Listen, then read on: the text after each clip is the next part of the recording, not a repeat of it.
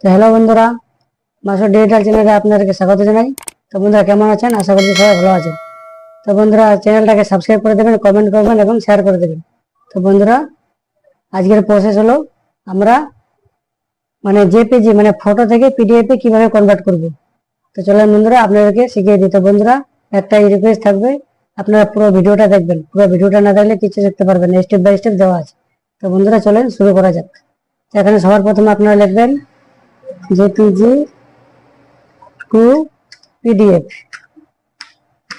লিখে সার্চ করবেন। তারপর দেখতে পাচ্ছেন বন্ধুরা এরকম একটা ইন্টারফেস আসবে। এখানে লেখা আছে আই লাভ পিডিএফ। এই যে এটা দেখতে পাচ্ছেন, কি লেখা আছে convert JPG two PDF, image JPG two PDF online. বন্ধুরা এই যে কনভার্ট জেপিজি টু পিডিএফ এটা আছে, এটাতে ক্লিক করবেন। ক্লিক করার পর দেখতে পাচ্ছেন বন্ধুরা এরকম একটা ইন্টারফেস চলে আসছে। তো বন্ধুরা এখানে আপনার সর্বপ্রথম কি করবেন, যে এখানে লেখা আছে সিলেক্ট জেপিজি ইমেজ, মানে আপনি যে ফটোটা পিডিএফ এ কনভার্ট করতে চাইছেন সেই ফটোটা এখানে দিয়ে দেবেন। তো এখানে ক্লিক করবেন। আমি একটা ফটো এখান থেকে তুলে নিচ্ছি, ওপেনে ক্লিক করবেন।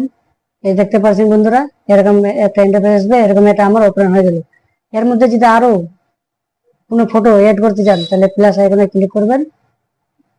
তারপর আরেকবার এরকম একটা ইন্টারফেস আসবে, এরকম একটা লোড করে নেবেন, আপলোড করে দেবেন। আপলোড করার পর আরেকটা করতে চাইলে প্লাসে যতগুলো করতে চাইবেন ততগুলো প্লাসে ক্লিক করবেন এবং আপলোড করবেন। আমার আপলোড হয়ে গেল। তারপরে এখানে লেখা আছে কনভার্ট টু পিডিএফ। একটা বিষয় কি, এখানে লেখা আছে ইমেজ টু পিডিএফ অপশন, আপনি পোর্ট্রেট নেবেন না ল্যান্ডস্কেপ। পোর্ট্রেট খাড়ো, ল্যান্ডস্কেপ লম্বা। আপনি যেটা ভালো লাগে আপনি সেটা নিয়ে নিতে পারেন। আমার পোর্ট্রেট ভালো আছে, আমি পোর্ট্রেটই সিলেক্ট করলাম। সিলেক্ট করার পরে এখানে লেখা আছে কনভার্ট টু পিডিএফ, এখানে ক্লিক করবেন। তারপর একটু লোডিং নেবে। এই যে দেখেন বন্ধুরা আমার ফটো কিন্তু পিডিএফ এ কনভার্ট রেডি হয়ে গেছে, কনভার্ট রেডি হয়ে গেছে।